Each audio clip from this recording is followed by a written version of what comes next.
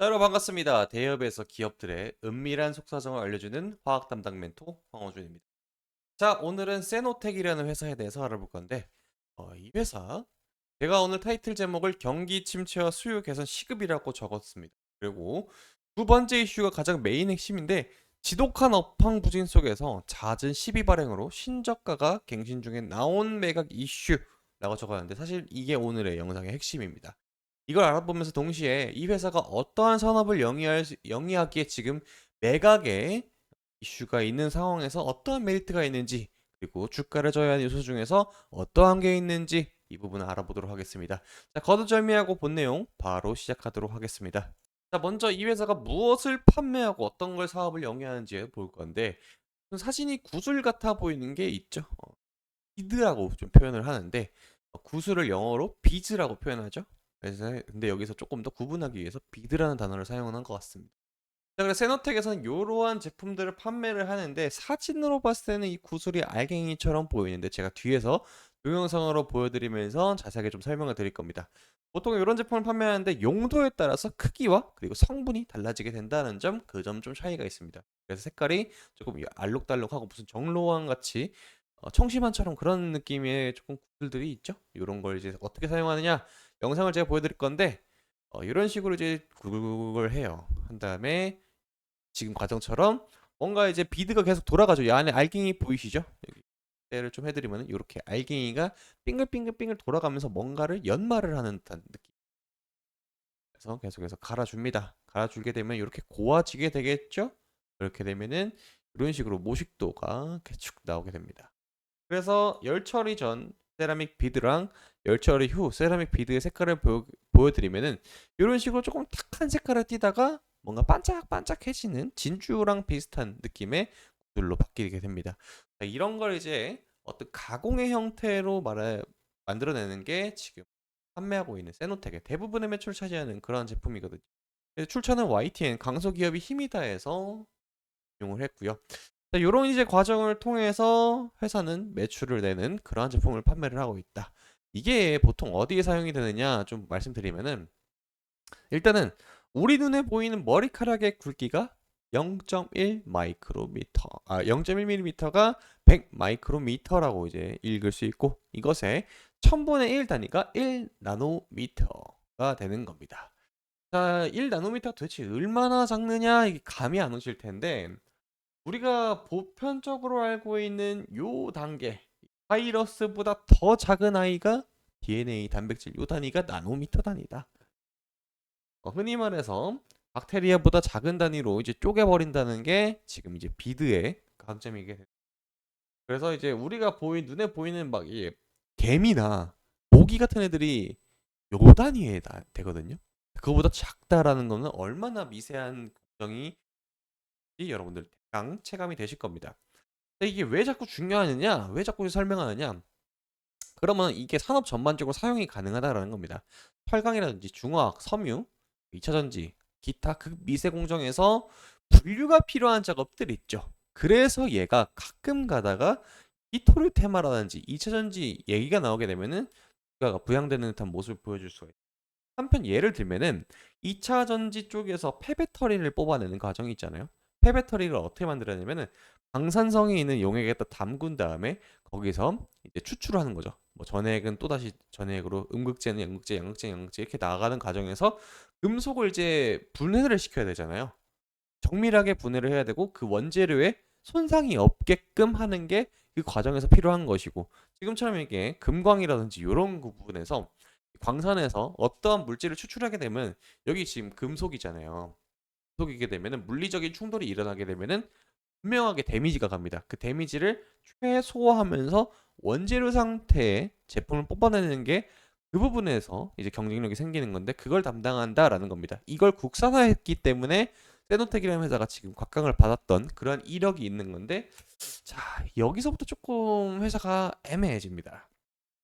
현재 전체적으로 시장 자체의 분위기가 2차 전지든지 어떠한 분야든 간에 원자재 분야라든지 이게 점점 이제 내리막길을 걷고 있어요. 그도 그럴 게, 금리가 미국의 기준금리가 우리나라 이제 4.5%죠. 미국의 기준금리가 5.5%포인트. 이렇게 되기 때문에 회사가 운영을 하다 보게 되면은 돈이 많이 필요해요. 돈이 많이 필요하면 뭐예요? 돈을 빌려와야 되는데 이 돈을 빌릴 때뭐 100만 원 빌려오겠습니까? 그 단위가 아니에요. 억 단위로 시작을 하게 되니까 이 억 단위의 돈을 빌려오게 되면 이자 비용도 만만치가 않아요. 그러면서 이 정도의 금리가 올라갈 정도라면 전체적으로 이 데미지가 계속해서 누적이 됐기 때문에 여기까지 오면서 회사가 대부분 다 힘들어서 나자빠집니다. 그쵸? 경영난에 빠지게 돼요. 이게 누적이 돼서 돈을 빌리기가 어려워져요. 회사들도 이제 돈을 빌려주는 회사들도 얘네가 돈을 빌리는 걸 갚아나갈 수 있는지 여부를 이제 이때부터 체크를 하기 시작합니다. 그렇기 때문에 지금 이제 금리가 이 정도로 높아요. 회사가 많이 어려우니까 이 금리를 이렇게 높게 줘도 돈을 빌려간다라고 해석을 할 수가 있거든요. 그러면서 전체적으로 이제 경기가 침체되기 시작해요. 이 정도의 금리가 높아질 상황이게 되면은 경기가 많이 축소가 됩니다. 그래서 이제 대부분 세노텍의 매출이 어디서 일어나는지 제가 설명드렸잖아요. 전방위적인 산업 전체전에서 이제 필요로 하는데 원자재 시장 쪽이 많이 힘들다 보니까 그 타격이 2차 전지 기업으로 가고 뭐 여러 가지 희귀 금속들 이쪽을 가공하는 업체들한테도 이제 끼치기 때문에 전체적으로 주가에 눌림이 갈 수 있는 상황이 많이 연출이 됐다라는 겁니다. 이 와중에 또 어떤 일이 발생을 했냐면은 이 세노텍이라는 회사의 주주 구성을 보게 되면 ENF 마블홀딩스가 가장 많은 지분을 갖고 있습니다. 그 밑에 조범래 씨가 갖고 있고 여기 ENF 마블홀딩스를 좀 보면은 뭐뭐 홀딩스 이렇게 들어가게 되면 지주사의 성격을 띠고 있고 얘네가 뭘 운용하는지를 찾아보면 되는데 이 밑에 이 회사 안에 사모펀드 운용사인 ENF 프라이빗 에쿼티라는 회사가 들어가 있어요. 이 회사가 지분을 42% 갖고 있다는 건데 이 금액이 646억 원을 들여가지고 2017년도에 세노텍의 경영권을 사왔습니다. 사왔기 때문에 여기 회사의 사실 전신은 이 회사라고 보면 되지. ENF 마블홀딩스라고 보면 되는데 얘네 포트폴리오에 뭐에 들어갔냐면은 바이 아웃 포트폴리오예요. 그러니까 이걸 회사를 싼값에 사서 비싸게 팔아버리는 그런 걸 주로 하는 회사가 세관계 지금 문제가 되는 겁니다. 이게 이 회사 입장에서는 보았을 때는 나는 싸게 사서 비싸게 파는 게 목적이기 때문에 본래의 업을 하는 거긴 하지만은 저는 이제 대표적으로 이제 주주님들의 입장에서 이제 얘기를 할 수밖에 없기 때문에 그 입장에서 보게 되면은 회사를 이런 식으로 이제 팔고 나가는 거에 목적을 둔 회사가 들어왔다라고 하게 되면 조금 주가에는 긍정적인 요소보다는 부정적인 요소로 많이 작용하는 편이 많았습니다. 그래서 이제 세노텍이 지금 매각의 대상으로 올라왔기 때문에 어떤 걸 지금 하고 있냐면은 이게 이번에 올라온 어제 올라온 전환사채 가격에 대한 조정 내용이거든요. 원래는 1,563원으로 이제 주식이 상장이 돼서 이걸 팔고 나가는 목적으로 이제 이 전환사채가 이제 나오는 거였는데 워낙 지금 주가가 이제 눌려 있다 보니까 프리미엄이 너무나 많이 붙었어요. 얘가 처음 전환가액이 산정이 됐을 때 조정이 나왔다라는 소리거든요.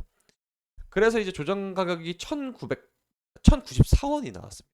현재 지금 이제 동전주가 돼버린 상황인데 976원으로 오늘 마감을 했는데 그래도 여전히 프리미엄 붙어 있습니다. 이게 시장에 풀리게 될 경우에 당연히 주가에는 안 좋은 영향을 끼칠 수밖에 없게 되죠. 근데 이게 보시면은 3회차입니다. 3회차. 첫 번째, 두 번째, 세 번째 전환사채가 지금 계속해서 발행이 되고 있고 이게 시장에 풀릴 잠재적인 위험 요소로 작용을 하고 있습니다. 그런데 회사를 매각을 한다라고 하게 되면은 이러한 이해관계가 많이 얽혀 있지 않고 조금 빠르게 이 매각이 이루어지려면 이걸 다 소화를 해줘야 돼요. 그런데 물량의 시장에 이거 풀리게 된다라고 하게 되면 주가가 어떻게 되겠습니까? 푹 빠지게 되겠죠. 이걸 받쳐줄 호재나 신규 이제 매수 자금이 들어와야 되는데 현재는 매출 구조가 약한 상황이기 때문에 이거를 받아줄 수 있는 여력이 아직까지 매우 부족한 상황입니다. 이러한 여러 가지 이해관계가 많이 상충되는 지금 현 상황이기 때문에 여러분들 이 부분 꼭 알고 가셔야 된다 말씀드릴 거고 자 세노텍 한번 정리를 해보겠습니다. 산업 전반적으로 사용되는 비드를 판매 중인 회사인데 지독한 업황 부진으로 계속해서 발생되는 1, 2, 3회에 걸쳐 나온 이 전환사채를 어떻게 매각 전에 처리할 것인지 이게 상당히 중요한 상황이다. 하루 이틀짜리는 이제 아니라고 보고 있고 매각을 해줄 주관사도 설정을 해야 되고 그리고 이제 받쳐줄 자금도 필요하기 때문에 하루 이틀짜리는 아닌다.